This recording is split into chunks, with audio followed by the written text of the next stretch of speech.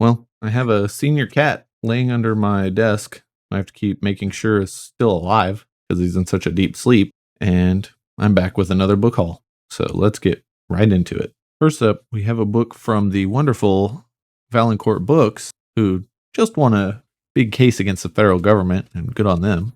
And this is In a Lonely Place by Carl Edward Wagner, with an introduction by Ramsey Campbell. Carl Edward Wagner is awesome. He's one of the people who resurrected Conan in the right ways, not in the stitched together nonsense that L. Sprague de Camp and Lynn Carter did. I read one of his short stories, and it was so good. I could not believe how good Carl Edward Wagner's writing is. And I want to read the Kane stories. I want the $300 hardcovers, maybe someday, or maybe they'll get reprinted. I got this, and it's just a trade paperback. I was hoping to get the hardcover, but I had never found a good copy without ordering direct from them, and it's really pricey. But Recycled Books has a Valancourt book section, and it's all new books. I had store credit, so I went ahead and snagged this. I wanted to read it sooner rather than later. I might read it for October. I picked this up because a friend recommended it.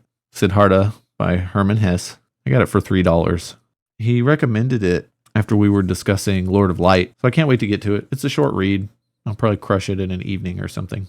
I have a super amazing thing I have to brag about right now. My wife and I have become that couple with the books. What that means is anytime someone has books they're getting rid of, they tell us to come get them. And it's amazing. A close friend of ours had a bunch of young adult and children's books, literally boxes of them, and was going to get rid of them. Was just going to donate them or toss them or whatever. So we picked them up. I went through them. I found a couple books for my daughter. I found a graphic novel collection of the Star Wars prequels. I thought, well, this is pretty awesome. But other than that, there was nothing I was interested in. So I sold them to Recycled Books, and they gave me a fair amount of store credit. So I used them to get some really cool stuff. And these two books are part of it, and they have a theme. We have Interlibrary Loan by Gene Wolfe. It was his last book published before he passed away. And this is a first edition hardcover. Then we have The Passenger and Stella Maris by Cormac McCarthy, and this is a slipcover edition, and these are first edition hardcovers, and they were the last books published before he passed away. And they're super cool. This was in the collector's section. I saw it in one of the locked cabinets, and it was $50, and I'm like, yep, I need that, please. I had a really cool conversation with one of the guys that works at Recycled Books, and he was looking at this, and he's like, oh man, it has a slipcase. This is nicer than the copies I pre-ordered. So that was cool. And $50 was below MSRP. So I'm super hyped to get them. I'm pretty sure I now own multiple collections of the same thing. This is The Nomad of Time by Michael Moorcock. And my wife picked it up for me for $8, which I thought's a pretty good deal for a book club edition hardcover, especially as old as it is. And after she got it, I told her, I may actually already own that. I have a trade paperback of A Nomad of the Time Streams, which is the amazing White Wolf publishing of Michael Moorcock's Eternal Champion books. So I don't see anything wrong with owning multiple different copies of the same stories, especially when it comes to Michael Moorcock. Everything is so just like to the wind. It's kind of hard to know what's what and where's where. So you take what you can get with his stuff. Now this next one, I have to give credit to Jimmy from the Fantasy Network. He talked about this book series, or at least this book, and I thought, well, I'm going to have to keep an eye out for a copy. And well, lo and behold, I think about a book, and it manifests at Recycled Books. The Darkness That Comes Before by R. Scott Baker. This is a first edition hardcover, and it was only $12.50. Now, the reason it was only $12.50 is some godless heathen highlighted stuff and underlined stuff in the first third of the book, but that's okay. I can look past that for a first edition hardcover of a book that's somewhere between $40 and $100 now. So I'll just flex on my book friends and omit the fact that it's got highlights in it. The godless heathen part is a joke. I'm a godless heathen. I just like saying it. It's funny. This next book is super cool with a bit of a frustrating story behind it, but it all worked out in the end because I own it now. The Collector's Book of Science Fiction by H.G. Wells with the original illustrations. Now, the cool thing about this is from like 1978, and it's a beautiful hardcover. And it has the original illustrations and it mentions where they're from. Like this one says The Strand Magazine. So you have all the wonderful stories from H.G. Wells in a really cool hardcover. Now the frustrating part, and here's a little thing I don't know if a lot of people know, on these half-price book stickers, it has a date. And that's when it was printed. The sticker was printed. The sticker says 5/6/23. No, it is not June 5th because we are in America. It is May 6th, 2023. Anyways, this was not in there in May. It was not in there in June. It was not in there in July or August. I picked this bad boy up at the beginning of September. It was in the wrong spot in the science fiction and fantasy area, and it was somehow lost in the ether for 3 or 4 months. I don't know what was happening. Maybe they were short-staffed or something. I'd like to give them the benefit of the doubt. But also, why is this only $8? This one is in amazing condition. It already has a Brodart on it.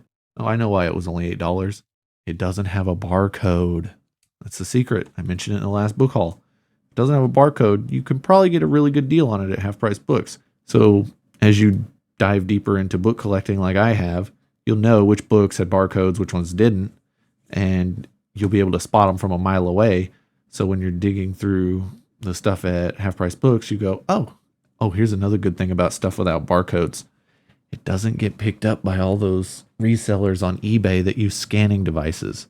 You know, the ones that are completely insufferable at library book sales, and they make you wish they would ban them, but you know the money goes to the library, so you just have to deal with it because you want your library to stay open and succeed. But yeah. Do I sound mad about all that? I'm not mad. I'm just disappointed. But yeah, that's the secret. No barcode, probably find a good book. This next to last one is really cool. The Ultimates, the Marvel Comic Collection.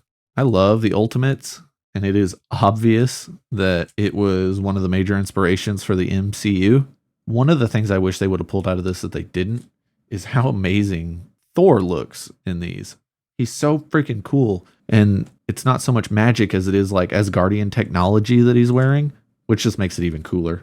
I just realized he's wielding Stormbringer. That's not his hammer. That's cool. I think I need to read these again. I may have forgot some things.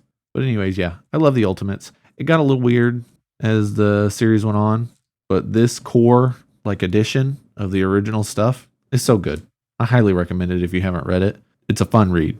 We got to the end of our shopping spree at Recycled Books, and I was like, well, I don't think I've bought enough with my store credit. I can't leave store credit behind. No store credit gets left behind when I'm there. So I told my wife, well, while you're standing in the checkout line, I'm going to abandon you and go find another book. So you feel like the kid at the grocery store where your mom walks off and then the cashier looks down at you and you're just like, oh, please, no. Anyone else still have weird dreams about that as an adult? Me either. But anyways, last book I bought, Red Shirts by John Scalzi. This is a first edition hardcover, which is one of the reasons I bought it. It had been there for a little while and I kept eyeballing it. I absolutely love the book. The book is about red shirts from Star Trek, basically. But what happens is some red shirts figure out they are red shirts and they're going to die. And by some weird thing, they end up in our timeline in Hollywood. So what they're doing is they're trying to save themselves from being killed in the TV show kind of thing.